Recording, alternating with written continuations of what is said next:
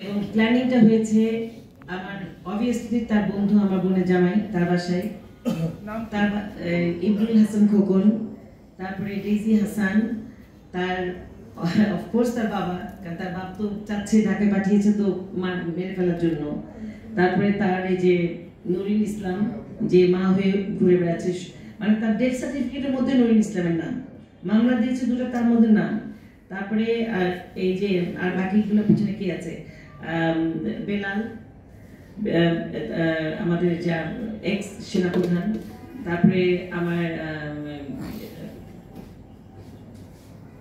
আসিফুর রশিদ, এ হচ্ছে main criminal, ওটা আমি একটু বলতে চাই। এই যে এখন প্রেস কনফারেন্স করছি না, কিছুক্ষণের মধ্যেই দেখবেন যে আপনাদের সবার কাছে চিঠি আসা শুরু হবে এবং লম্বা লম্বা ফাইল আসবে।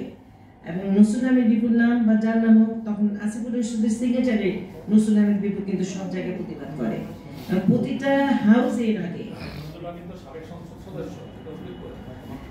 সরি, আমি একটু বলতে ভুলে গেছি, সাবেক নট অনলি সংসদ সদস্য, he is no more, state, আমি না তাকে স্টেট বলি না, তাকে জুনিয়র ছোট্ট একটা মিনিস্টার বলি। টু মি হি ইজ কোনো কোয়ালিফিকেশন নাই তার, but he was state junior state minister, কিসের জ্বালানি আর প্রতি। ওর ভার্জিনিয়াতে যত সম্পদ ছিল ওগুলো আমি আমেরিকান এফবিআই কে হেল্প করেছি ওয়াশিংটন ডিসিতে গিয়ে সব প্রয়োগ করতে। ওর স্যাংশন হয়েছে after he put me in jail. যখন তাকে আমি রিফিউজ করি তখন he put me in central jail for 42 days। আমার বাড়িতে কত 80 কত গাড়ি ছিল, প্রায় পুরো এলাকা ঘুরে ফেলেছিল সন্ত্রাস, মানে দেখাচ্ছে বিশাল সন্ত্রাস ধরতে এসছে।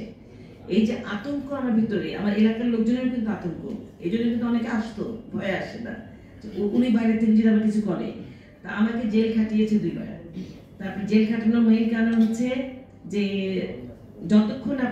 আমি যতক্ষণ তার কথা মতো না চলবো এবং এদের এর মতো না চলবো, he will keep on doing this. আমি ওকে একটা কথা বলে এসেছি যে I submitted myself to Allah the day my father died. আপা আমাকে বলেছিল সাবমিট ইউরসেলফ টু আল্লাহ, আমি কাঁদছিলাম, আল্লাহ উইল প্রোটেক্ট ইউ। আমি আল্লাহকে নিয়ে থাকবো, আমি দেখবো whether you win or I win.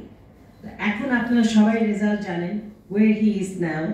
আমার with this press conference and আরো নাম আছে এখানে, সীমা হামিদ তো দেখা যাচ্ছে, সীমা হামিদ হচ্ছে সীমা হামিদ হচ্ছে নসরুল হামিদ বিপুর চেয়েও খারাপ, কারণ সে তার যে পরিবারের যে বাড়িটা আমাকে একবার দাওয়াত দিয়েছিল, ওই যে স্টেপ করে সিনেমার না, আপনি কি বোঝেন না